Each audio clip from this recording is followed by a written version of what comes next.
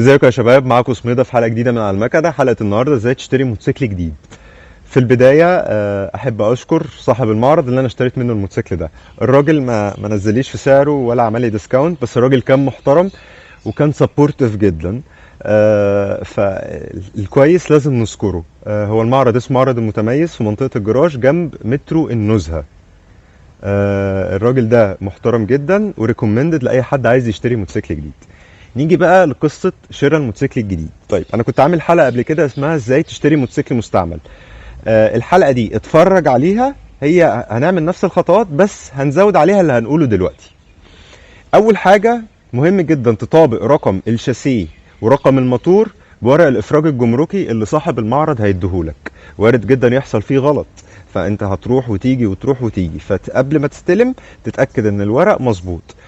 طيب الراجل مش هيديك ورق الافراج الجمركي في نفس الوقت. الورقه الاستلام اللي انت هتستلم بيها تتاكد ان رقم الشاسيه ورقم الموتور هم اللي موجودين على الموتوسيكل. طيب هنزود ايه تاني؟ الحاجات الرفايع، الكهرباء، ابص على الفبر، ابص على الخرابيش، ابص على الاشارات، ابص على النور، ابص على الكلاكس، ابص على الفينش العام للموتوسيكل. اي حاجه انا مش راضي عنها ابلغ بيها صاحب المعرض، لان انا بشتري موتوسيكل جديد مفروض ما فيهوش خربوش.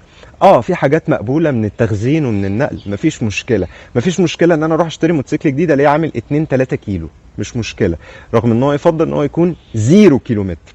بس مشكله لما اروح اشتري موتوسيكل جديد الاقي العداد بتاعه عامل 10 15 كيلو. مش مسؤوليتي، انا مش عارف ال 10 15 كيلو دول الموتوسيكل مشي عليهم ازاي، مشي متلين ولا حد خده عنه وقعد بيقرص. فالحاجات دي مهمه جدا. يبقى انا هبص بشكل عام الكونديشن بتاعه الموتوسيكل، سواء في خرابيش سواء في حاجه، اتشيك على الكهرباء كلها. خلاص بعد ما عملت تشيك على الكهرباء وعملت تشيك على الخرابيش وعملت تشيك على الحاجات دي كلها تمام، صور الموتوسيكل.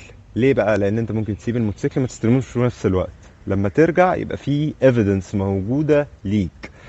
صورت الموتوسيكل، استلمته في نفس الوقت. الصور دي ايفيدنس ان انت استلمت الموتوسيكل بالحاجات دي. افرض انت كنت مصور الموتوسيكل وكان في حاجه انت مش شايفها ساعتها، لكن لما تيجي ترجع للتاجر تقول له لا، الحاجه موجوده في الصوره اللي انا صورت بيها الموتوسيكل. فوانت هناك بتستلم الموتوسيكل عند التاجر صوره فيديو بفلاش داير ما يدور كده بالراحه، كنوع من انواع الايفيدنس لا قدر الله لو في حاجه. ونعيد تاني، التاجر المحترم اهم من شراء الموتوسيكل. يبقى الخطوه الاولى في شراء الموتوسيكل الجديد ان انا ادور على تاجر محترم. طب هدور على تاجر محترم ازاي وامين؟ عن طريق بقى جروبات الفيسبوك، الريفيوهات، جوجل ريفيوز. الحاجات دي كلها بتفرق، لان لا قدر الله لو الموتوسيكل تجميع تاجر وحصلت فيه مشكله هو اللي هيسندني. واخيرا في نقطه عايز اقول عليها بتحصل ما بين التجار وما بين الوكيل. الوكيل عنده الموتوسيكل ده واخد خربوش في الشكمان مثلا، الموتوسيكل ده في فبرة هنا في الرفرف مكسوره، فالتوكيل بيدي الديلر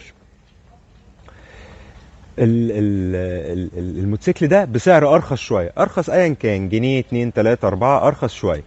الوكيل الديلر بقى او التاجر مفروض لما يجي يبيع لك الموتوسيكل يقول لك ده في هنا حته مكسوره، هي في حته متخربشه، ونتيجه ده انا هنزل لك في ثمنه. سعره الرسمي مثلا 75، انا هدولك ب 74 ونص، 74 800 وهكذا. لكن للاسف في بعض التجار ما بيراعوش ربنا، ما بيعملوش الكلام ده، بياخد الموتوسيكل فيه مشاكل من التوكيل، وللاسف برضو ده مش صح من التوكيل، وبيبيعه بسعره زيه زي السليم 100%.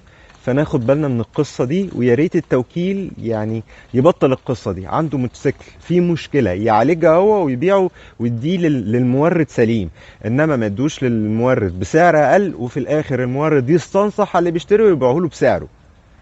ده يعني بعيدا عن قصه ان في ناس بتاخد الموتوسيكلات وتخزنها وبتستغل ازمه الدولار.